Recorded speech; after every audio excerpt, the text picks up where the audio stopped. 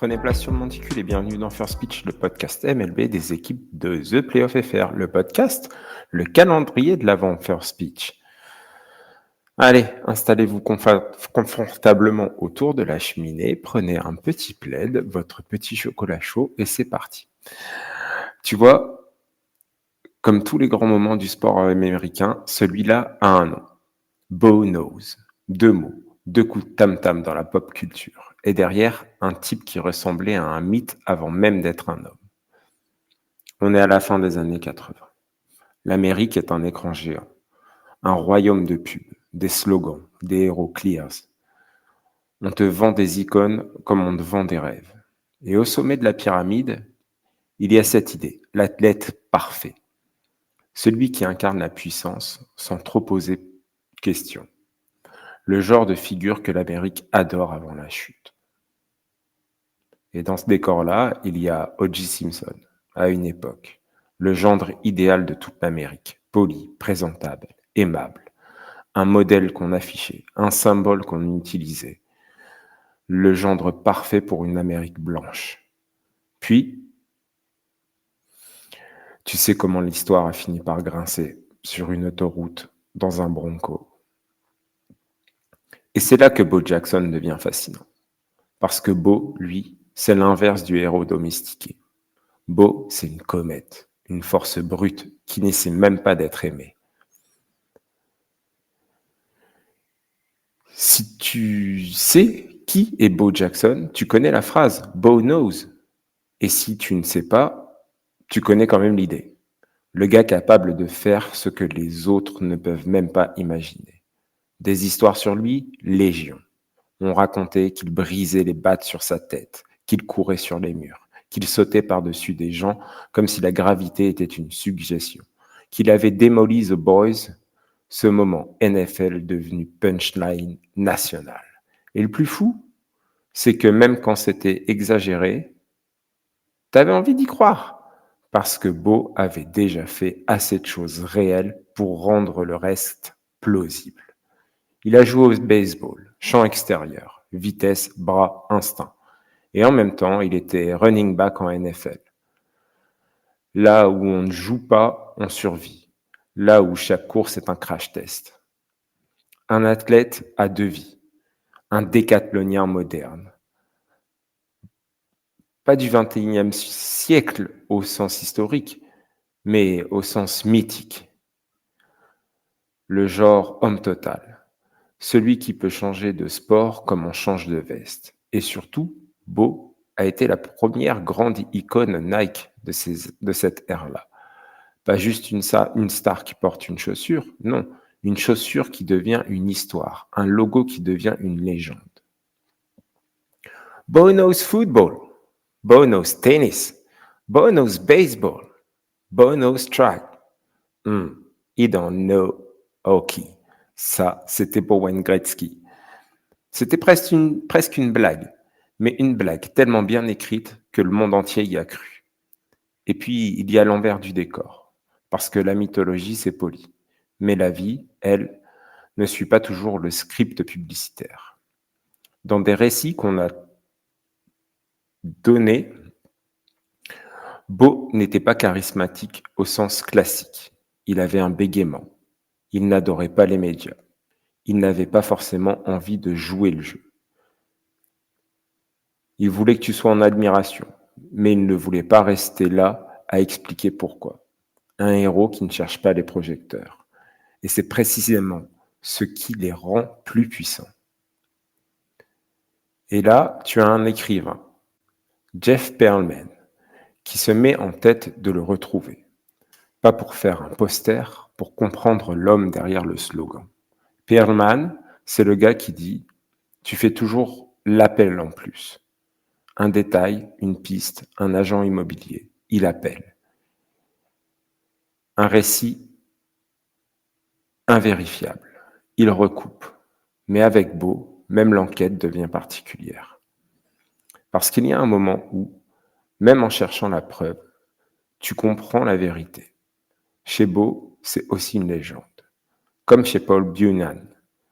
Comme un folk hero. Des gens te disent « Je te jure qu'il a fait ça. Et tu te surprends à répondre, ouais, je peux le croire. Parce que Beau, c'est ça. Le seul homme qui rend improbable confortable. Et puis, il y a un chapitre qu'on oublie trop souvent quand on raconte Beau. Le Sud, Auburn, l'Alabama, les années 70-80.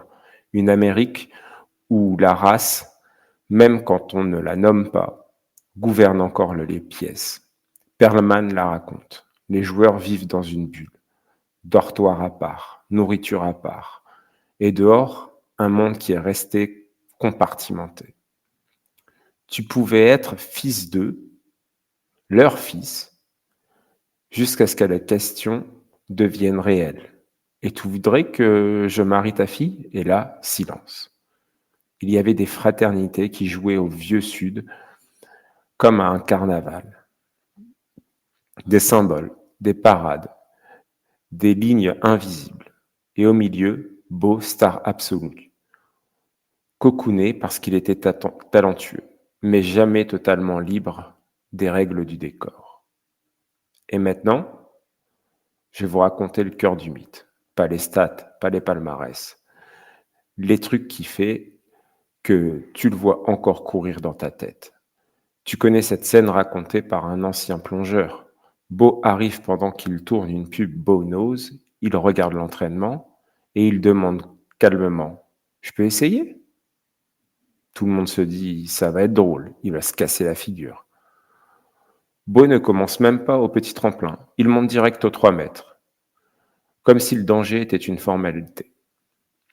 Il fait une première figure.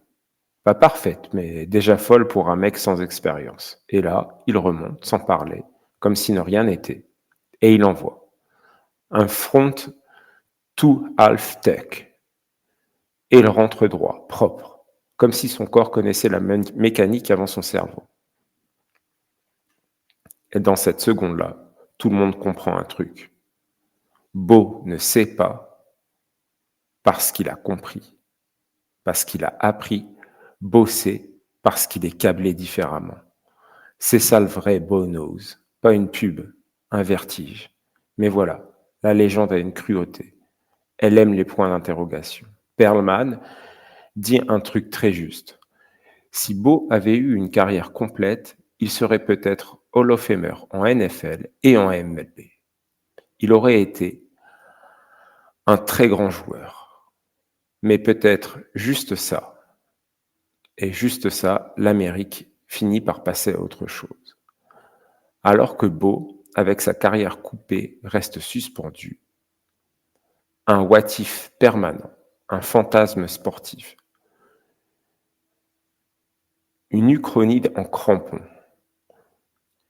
Et ce what if, paradoxalement, c'est ce qui le rend immortel. Après, il disparaît un peu des radars. Pas une tragique de star. Plutôt un homme qui refuse d'être un musée vivant. Perlman le dit. Beau vit une vie normale. Famille, business, golf. Il ne mendie pas la lumière, il ne vend pas sa nostalgie à chaque coin de salon. Et tu sens presque une forme de paix. Le type a été le plus célèbre au monde un instant, et il a choisi d'être discret. C'est rare, c'est beau. Et puis oui, Beau a ouvert une voie. Pour des athlètes qui ont osé les frontières. Deion Sanders, qui traverse les mondes. Charlie Ward, et ses trajectoires hybrides. Beau n'est pas le premier multisport, mais il a été l'un des premiers à faire à l'ère où l'image dévore tout. Il n'a pas seulement joué 2 sports, il a changé la façon dont on fabrique une star. Plus célèbre que le sport, plus célèbre que l'équipe, un personnage pop. Alors si tu veux retenir une chose, mon gars, c'est que Beau knows. Au fond, c'est pas Beau c'est tout, c'est Beau incarne ce qu'on n'arrive pas à expliquer.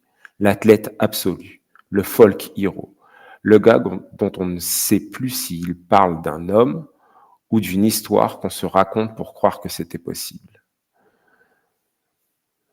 Et au coin du feu, à la veille de Noël, c'est exactement le genre d'histoire qu'on aime.